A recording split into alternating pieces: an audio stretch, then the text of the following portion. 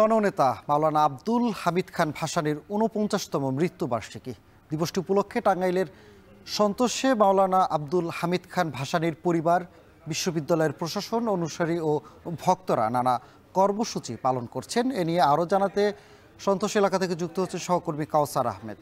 কাউসার, জানাবেন যে ভাসানী মেলা কবে থেকে শুরু হচ্ছে?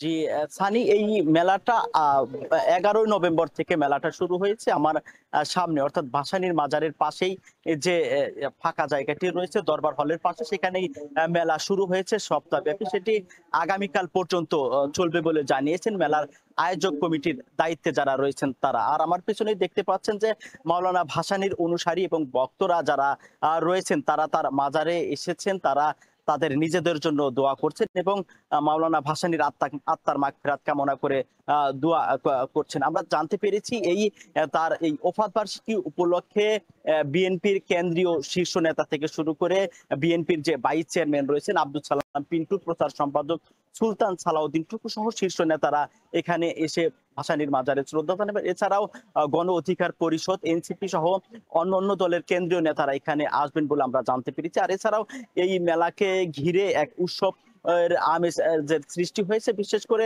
এই ভাসানীর পরিবারের সদস্য এবং তার অনুসারী যারা রয়েছেন তারা বলছেন যে বিগত যে ফ্যাসিস্ট সরকার ছিল তারা এই ভাসানীকে যথাযোগ্য মর্যাদা দেননি, যে কারণে ইতিপূর্বে এত বড় সপ্তাহব্যাপী মেলা আয়োজন করা হয়নি। আর এছাড়াও তারা বলছেন, বিশেষ করে ভাসানীর পরিবারের সদস্যরা, যে ইতিমধ্যে ভাসানীর হাতে প্রতিষ্ঠিত শিক্ষা প্রতিষ্ঠান থেকে শুরু করে ইসলামিক বিশ্ববিদ্যালয় সহ 13টির অধিক প্রতিষ্ঠান ধ্বংস হয়ে গিয়েছে। আর এছাড়াও যেসব শিক্ষা প্রতিষ্ঠান আছে সেগুলো ধ্বংসের দ্বার প্রান্তে গিয়েছে বলে জানিয়েছেন তার পরিবারের সদস্যরা। তারা বলছেন যে স্বাধীনতার পরবর্তী সময় থেকে, বিশেষ করে তার মৃত্যুর পরবর্তী সময় থেকে বর্তমান পর্যন্ত যারা দায়িত্বে ছিলেন তারা মাওলানা ভাসানীকে যথাযোগ্য মর্যাদা দেননি। সেজন্য তারা বলছেন যে মাওলানা ভাসানীর আদর্শ অনুসরণ করলে এই দেশ থেকে যে অন্যায়, অনিয়ম, দুর্নীতি হয় সেটা অনেকটাই বন্ধ হবে। যে কারণে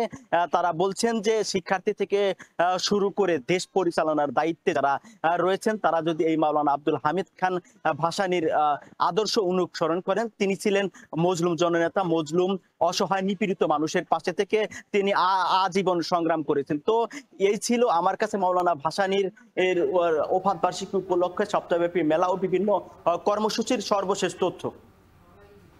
টাঙ্গাইল থেকে যুক্ত ছিলেন সহকর্মী কাউসার আহমেদ।